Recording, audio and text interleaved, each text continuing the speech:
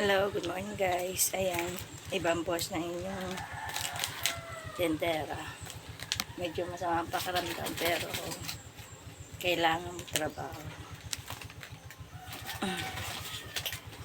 Kararating ko lang galing sa pamimili.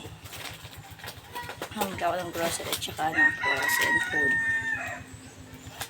Medyo pause ako ngayon.